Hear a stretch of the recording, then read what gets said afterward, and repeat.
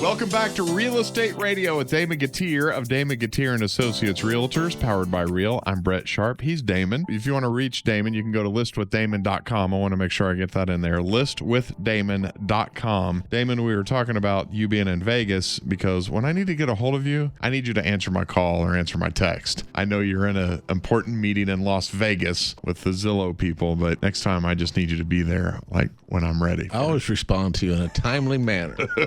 Yes, you do. So we were talking about the projections and the appreciation of homes. And so the expectation is, and is this per Zillow, that homes are going to go up? They're going to be appreciated by 1.7% next year? Yeah, there were two economists there. One was Zillow, one was not. And that's what their prediction was, about 1.7% next year. Okay, so my question to you is, and I get it, the 6 things. What are the things called? The 6 reasons to sell? 6 reasons why people sell houses. Okay, so if I don't fit into that right now, do I wait if my house is going to go up 1.7%? So if you don't, then you're a want to. And if you want to, it depends. Do you want to pay more or not? Because interest rates aren't going to go down but so much. Okay? So they're going to fluctuate in the 6% range. So do you want to pay more for a house in a year or do you want to pay less? Ah, got it. So I get more for my house, but I'm going to pay more for a house. Correct. So it goes both ways. Yeah, the knife cuts both ways. And if you're moving up, which the majority of people are moving up, okay, and it's going to appreciate. Not downsizing. Not getting downsizing. A bigger house getting a because bigger their house. families are, yeah. Right. Okay. And so, if you have a 1%, let me just use 2% because it's easier than doing 1.7. So if you have a $300,000 house that goes up 2%, so you made $6,000. Well, if you have a $500,000 house that went up 2%, it was $10,000. You have a net loss of $4,000. Got it. And so, Good way to look at it. Pick your poison. What do you want to do?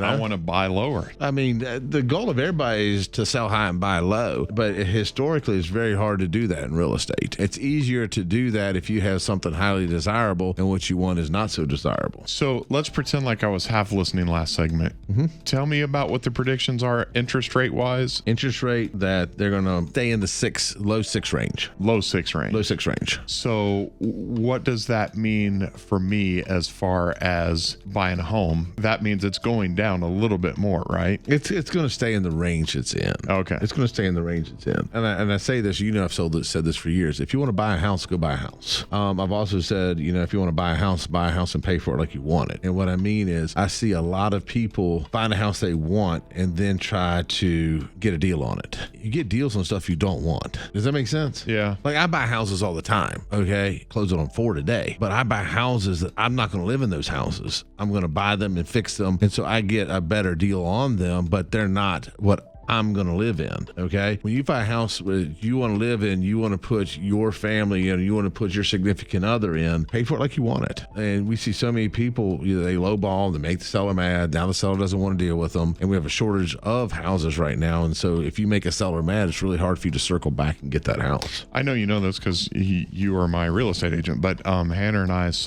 my wife and I sold 2 houses to buy one, and you were like, how bad do you want the house? And now looking back, the price that we got for that house, can you imagine would it have doubled had I waited? It would have doubled, but I'll tell you, just like I told you when you brought it up to me last time, how much would the house you bought have been? Yeah, well, right.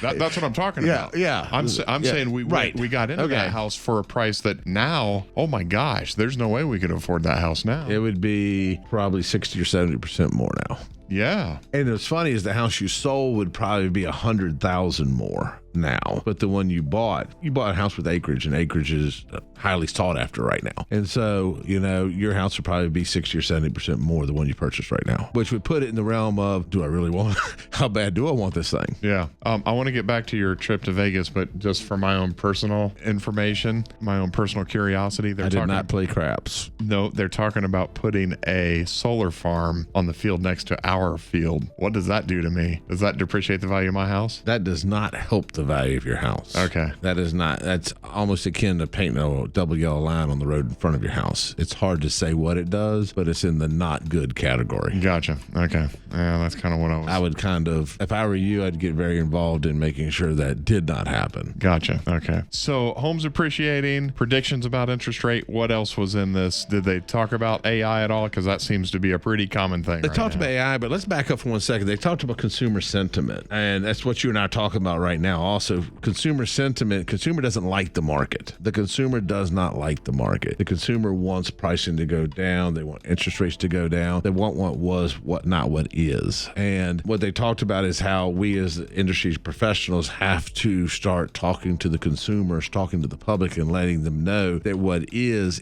normal. What was not normal. It's easy to say and it's hard to comprehend because, I mean, would I like to buy every house at 2.9% interest? Absolutely. It's free money, basically. Free money. Would I like to buy them at prices from 2-3 years ago? Absolutely. We all would. But it's just not, it's not rational. And historically, it's never happened. You know, the only time prices have ever gone down is Great Depression, 2007, 2008. That's it. Yeah. Outside of that, prices don't go down. Yeah. And so unless you're willing to wait to another 30, 40 years for once a century events, it's not going to happen. Well, and we said this before, if you're waiting for 2 or 3%, probably not going to ever happen again. But also 6s and 7s, that's not a bad interest rate. It's not a bad interest rate. If you want bad interest rates, go Google 1980 anything. Jimmy Carter years. Yeah. 17%, 13%. Jimmy Carter actually ended in 80. That's when Reagan got elected, but Reagan had the after effects of him. And so, I mean, you had interest rates up to 18%. Oh, yeah. I remember. You know? My mom and dad had 17% interest on their house. And so that's bad interest. You know, everybody freaking out about 7%. I mean, on stuff we buy on the commercial side, which isn't commercial, it's residential real estate, but it's houses that we're keeping for rentals or flipping. We pay 7% every day. I don't care. And I made this point, and I think it was on a video that Christina and I did. You know, we have all these consumers saying, I'm not going to pay 7%. I'm just going to rent until. And you know, Jay, my partner in the flipping company, Jay and I literally buy houses at 7% and rent them to these people that refuse to pay 7%. Yeah. And they're paying me more than the mortgage is because I got to cover the mortgage and the expenses and the upkeep and everything. They're paying me more than what they would pay for 7%. Yeah. Because they're going to hold fast. I'm not paying 7%. Yeah. And it's like, I mean, I love y'all. I appreciate it. It's just not the business decision, the financial decision that I would make. Yeah. I actually called my bank recently and I went, is it time to redo my loan? And they were like, refi. And he was like, not yet. Did you talk to Marcus? I did, yeah. Did you tell Marcus I said, what's up? I didn't know, but he was like, let it hit a point and then we'll talk. Tell Marcus I said, what's up? We used to work together 25 years ago. So Marcus is my dude. Marcus is a good guy. All right, so let's talk about AI. Did they talk about AI at all? They talked about AI. AI is kind of the kicker. Like, so they talked a lot about AI. Because normally you hear negative about AI. Where is it in your world? It's there. You can talk about negative, you talk about positive. It doesn't matter. It's there. So AI, on the positive aspects, AI is going to help getting information out quicker, better. It's going to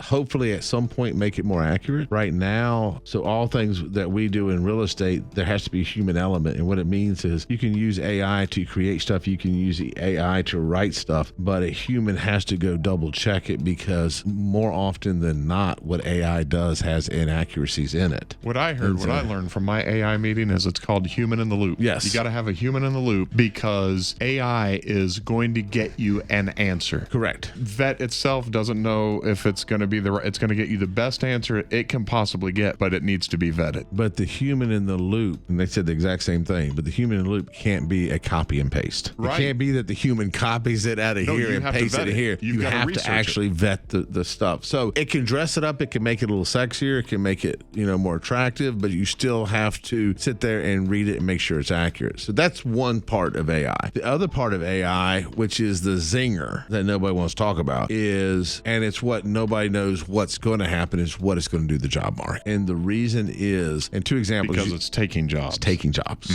And it's... Like what? Did they say what? Well, you and I, we were talking right before this started, and they just announced that Amazon's cutting 14,000 jobs, replacing it with AI. And I think that it's Verizon's cutting 12,000 jobs this week and replacing with AI. And that's the zinger. What jobs are they replacing? Is it delivery people? Because it's the autonomous delivery. No, it's not deliveries. No, Amazon's just got tons of. They have centers everywhere doing stuff, and they have people answering phones, and there's a lot of conversations you have on the phone now that you may or may not be talking to a human being. Yeah. I mean, a lot of phone conversations now, we pay for a service. I'm not going to mention her name. One of the ladies that works with me. We pay for a service, and I told her at one point, we were in a meeting, and I said, you do realize that's AI, don't you? She said, huh? It is? And I'm like, yeah. She said, I've been telling them thank you. And I mean, it's like, you don't know. Yeah. So AI can do a lot of the lifting typing that before call centers had to do. You're talking to customer service sometimes and you're not talking to a human being. And so there's a lot of the call centers done, graphic design is going to take a huge hit. That whole industry is going to take a hit. Yeah, because it cranks out some pretty good stuff. It cranks out really good stuff. Now they're getting it. It used to be you had to have someone type in exactly what needed to be done. Now you can talk to it. You can speak into existence stuff. Now you can speak. Voice to text, basically. Voice to text. But you can speak technology into existence. Now you can tell it what programs you want it to write and it can write. So someone, and it's funny because everybody's like, telling kids, go be a graphic designer, go learn how to code. Well, now you can talk to it in code. So a lot of these jobs are changing. That's the kicker. They don't know, the economists don't know how much effect that's going to have on the job market. That's going to start shifting some of this stuff around. Okay, I want to get back to that. Can we focus on that next segment? We can focus on that. Okay, AI. More talk of AI and real estate next with Real Estate Radio. If you want to talk to Damon Gatier or have him list your home, make you a cash offer, if you want to buy a home through Damon, he's who I personally recommend. This is who I do all things real estate through. I talk about it on my radio show. This guy knows his stuff. Listwithdamon.com. That's how you reach him. Go to listwithdamon.com.